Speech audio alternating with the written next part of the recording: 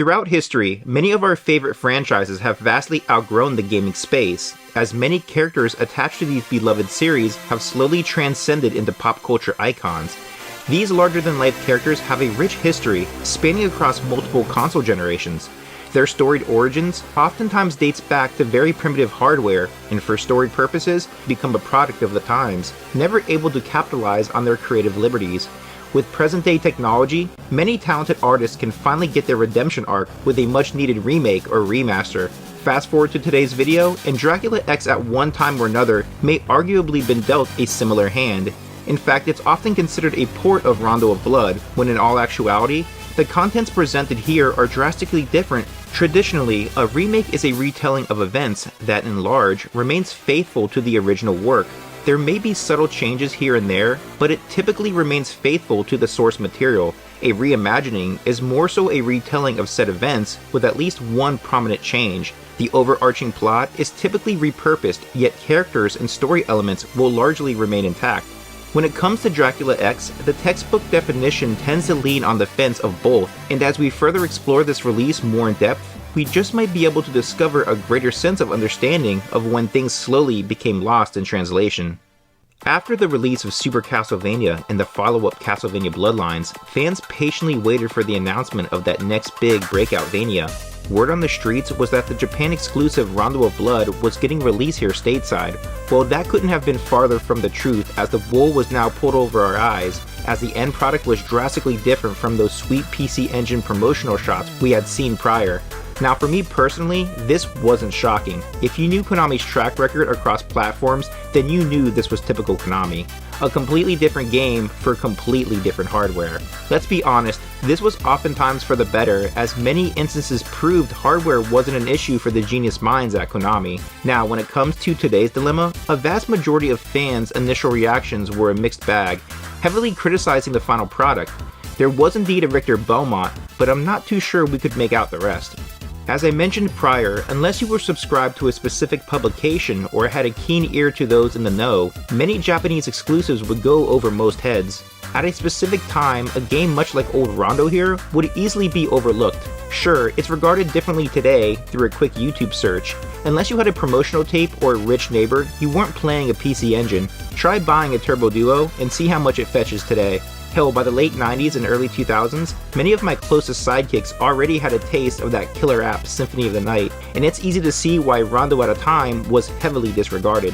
Now circling back to Dracula X, again, I never had a major problem with this entry. In fact, in Japan it donned the moniker Akumajo Dracula XX, as the title alludes to being a separate canon. Nevertheless, the game absolutely flopped, and that's justification alone for the low print run. Fans weren't shelling out their hard-earned bucks to not receive those dope animated cutscenes witnessed on display, and to further pile it on, Dracula X is regarded as one of the more frustrating entries in the series, so that's why I'm here to tell you, with a bit of patience and some trial and error, we may be able to refute some of these claims to free our faithful counterpart from the negative stigmas it's plagued with.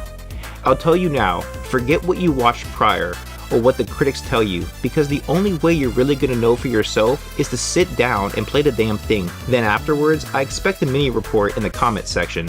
I'll be waiting. In order to kick things off in the traditional Rockin' Cat style, we must once again head back to a time when the great Richter Belmont protected the lands of Transylvania.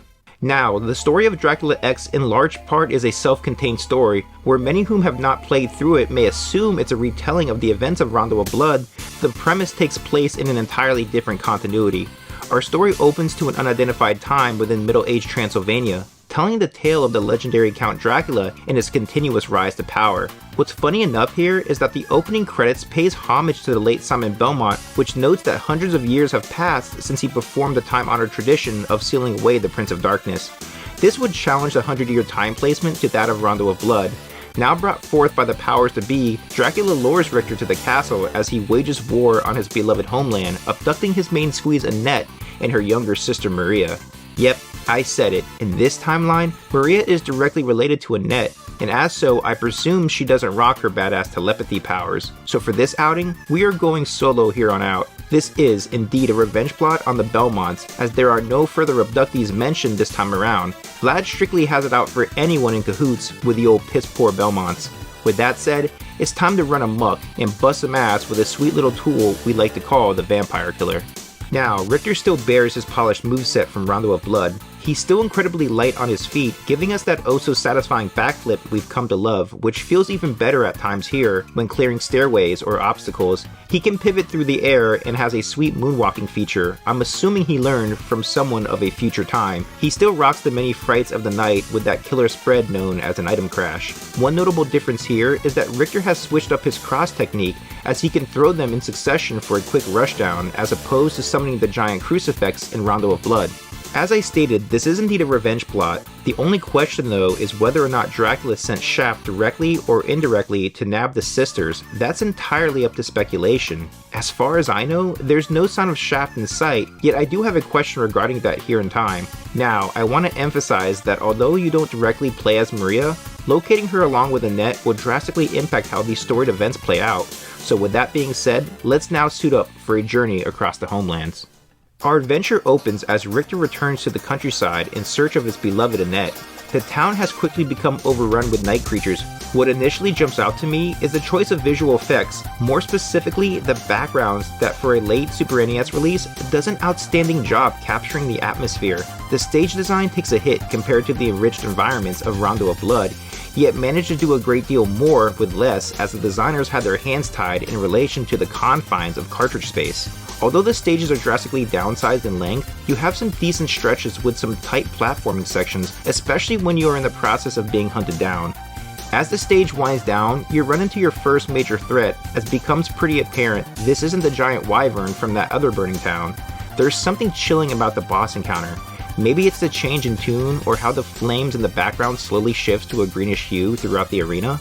It definitely bears a much darker feel. The Cerebus isn't terribly difficult, staying consistent with your sub-weapon and maintaining distance. If it's your first crack at him, he can mix things up and give you a solid challenge. As you make your way across death and debris, you venture forward with purpose, crossing the Great Lakes of Transylvania on a one-way trip to hell and back. The bridge quickly crumbles beneath you, with mermen targeting in like a hungry school of piranha. The cinematic feel of the runway sets the tone. The music of Dracula X is by no means on par with the CD quality remixes of Rondo of Blood, but where it excels exceptionally is through utilization of the Super NES soundboard, which is home to some of the most iconic music of all time, and I don't believe anyone will question that. Take a few good minutes and soak in some of these arrangements, and they will definitely surprise you. Navigating the halls will quickly come to a halt as you soon realize where Dracula X gets its bad reputation from, and that's in large part due to these assholes scattered throughout the stages. Their hit detection is janky to all hell, and they have an unbelievable reach that will put you on your ass without hesitation. Your invulnerability frames have also been reduced, so if you're not careful, you're bleeding health quickly. Our third act is the pivotal point of your adventure, finding yourself navigating the outer perimeters, which are surveillanced by an assortment of Medusa and boneheads of the assholish variety. You need to make your way to the castle cellar that is a gateway across the underground passage. Many of these stretches feel like a callback to the catacombs in Castlevania 1, and the difficulty ramps up similarly as you make your way to higher grounds. Axe Knights scan the perimeter as you slowly find yourself in the absolute craziest platforming pickle of the game. Grab the axe and send prayers, dodging Medusas and pushing past infantry. It's a constant panic as the cluster of chaos only gets worse as our favorite boneheads are now stacked to the ceiling like a Jenga board. Whatever you do, don't hesitate. Just continue forward, whipping the many well-lit candles until you discover a key. This is your meal ticket to find your friends, and you only have one shot to do so don't screw up. You will not only need to go into the preceding boss encounter without a sub-weapon, but also with intentions of keeping that key safe and sound. Maintaining your composure, you move into new grounds, discovering that over time, many have become prisoners of war locked behind bars. Unfortunately, we aren't here for these poor blokes, but rather Maria trapped inside one of the many cell blocks. You need to perform a near flawless run, dodging the occasional zombie, and spending the least amount of time tussling with the Axe Knights. Surprisingly, these Red Axe Knights sorta just run through you, so I can get some good licks in before he can recoup his footing. The caverns quickly reveal devices of war that descend down in executioner style. When you locate the pulley systems, hitch a ride on board as they will lead you to a particular cell which houses Maria. After busting through, our heroes reunite and Maria informs poor Richter that his princess is indeed in another castle. The two part ways from the chamber and Richter ventures forward till he finds himself at a crossroads, where you can proceed left and have a rematch with the Minotaur from Rondo of Blood, now just as brawlic as before, but with a few new tricks up his hoof. If you opt out, you'll notice the room prior has another locked door that will lead you to the upper portion of the castle. This is where Dracula X takes its many limitations and reworks the branching pathway system in order to flesh out the events to its utmost capabilities. Discovering this alternate exit leads you to the flooded ruins of an ancient civilization. Much like the sunken city from Dracula's Curse, the caverns will rise at high tide, and the current will bring forth many more mermen along with a series of hidden water ghosts attempting to drag you under the angry current. As you march forward, you come across an underground structure that will quickly fill and the water will comically end you. Don't get locked up with the bone dragons for long, as they slither around the framework, eating up the time needed to make your escape. There's also this strange crack in the wall with water pouring from it, with submerged platforms below. Well, that's odd. If I give it a good strike, the water will quickly stop draining and grant you access below. Taking a quick trip will reveal a path leading to none other than Annette, who appears to have been scheduled for execution by drowning. With Annette and Maria now safe, Richter proceeds forward, looking to end this nightmare. Navigating upward, you'll take a lengthy stretch across the aqueducts, picking up some casualties until you end up back in the clutches of another sea serpent. He's had a bit of a redesign since we last met, giving off those shiny red Gyarados vibes, just chilling in his lake. Now, before we move forward to the clock tower, in the event you didn't manage to nab the key and make your way to Maria and Annette, things would have panned out much differently. Let's just say you fell off those pillars a few rounds back. You would eventually navigate your way across a series of tunnels leading you to a graveyard where the necromancer now waits to send you to a nearby grave. Now, this is where I'm stumped, not necessarily from the battle. It's actually quite fun, and he has an assortment of moves as things can get out of hand, especially if the ghost begins to pile up. No, I'm more puzzled if this was supposed to be the Shaft fight, now reworked due to the limits of the Super NES. I mean, he gives off Dark Priest energy, especially with that color palette. Regardless, this is one of the more clever boss fights to partake in. If you didn't opt in to locate Annette, your story again branches off, leading you to the castle courtyard, now flooded with some of the more challenging armored guards that will test your warrior instincts. The difficulty ramps up quickly, and I want to say here and now that as you continue to play through this, the more you realize just how forgiving the levels really are. There's obvious flaws in hit detection and enemy placement, yet there's a literal checkpoint at every stage block and plenty of health pickups that will casually respawn by just leaving a room and re-entering. The game brings the challenge, but never once do I feel it's a chore to backtrack. Moving on, we near the final stretch, arriving back to our favorite location, the clock tower. Here you will ascend the tower with a display of mad machinery poking throughout the castle walls. It feels chaotic in design, without rhyme or reason for platform placement. In fact, the stage will also rain down floating ledges that, if finessed just right, can be omitted completely. Every clock tower has those bullshit segments, as if the constant beating you take conditions you for that final step. Depending on your actions thus far, your endgame will play out accordingly. As you reach the top of the clock tower, events can lead to heartbreak. In the event you didn't manage to rescue Annette, you will discover her here, where she has been held captive, now slowly converted to a vampire. A sort of reimagined origin story for Camilla. Now, under dark possession, she hovers about, wielding her magic orbs to cast a diverse list of spells towards our Belmont, very similar in fashion to that of the Dark Priest Shaft. However, saving your lost love will reveal the players and pawns in the shadows, bringing forth Death himself for a long-anticipated rematch across the top of the tower. He would not disappoint here, summoning his death sickles, inflicting a curse if you dare get near. Once you wear him down, he will descend for a climactic finale, wielding his infamous scythe. Dracula's suite lies just ahead as you barrel your way forward towards the iconic throne room. To reach this location, you must navigate the halls filled with misleading exits that throws you off the vampire's scent. It's a game of smoke and mirrors, as there's only one tried and true path. As we make our way through this game of chance, we arrive back to the old bachelor pad, and Drac's done quite a bit of interior decorating since we last popped in. In fact, after that recent ass whooping, he probably figured what better way to kill a Belmont than the only way one really knows how, with, well, bottomless pits.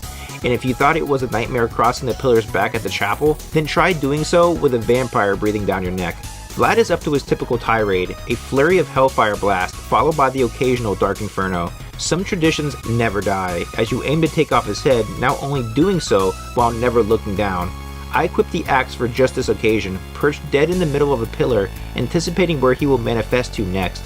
The hardest part of this entire fight will be remaining consistent with your footwork while remaining patient and attacking when ready.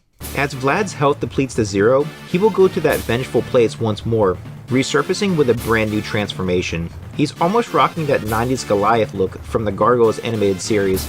Seriously though, I think this form suits him.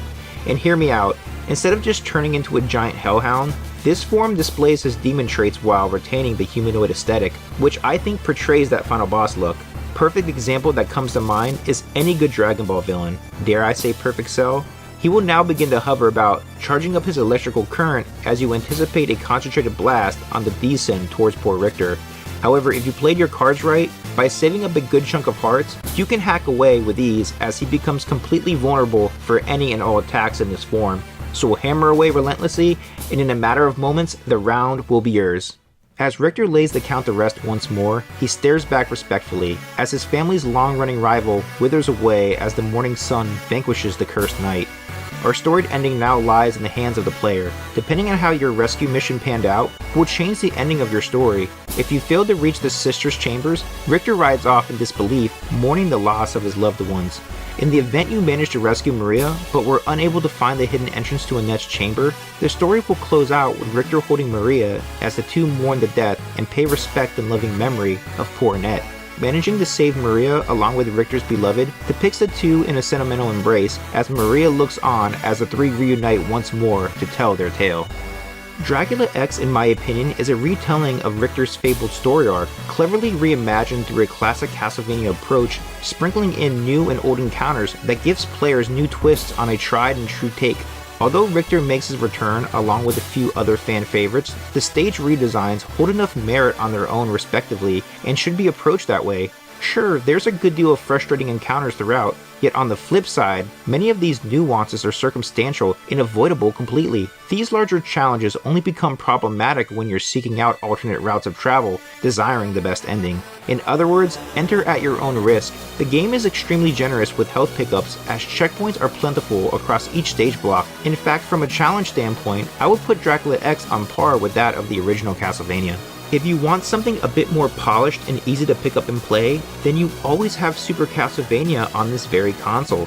This, however, was an experience that gave fans a little more closure to the short-lived career of one Richter Belmont, whose legacy was locked away behind the PC Engine for many years to come. It's just the right amount of length and exploration to entertain one for an afternoon, and when it comes to classic Vanias, they're more often than less beatable in a single playthrough and the right amount of patience.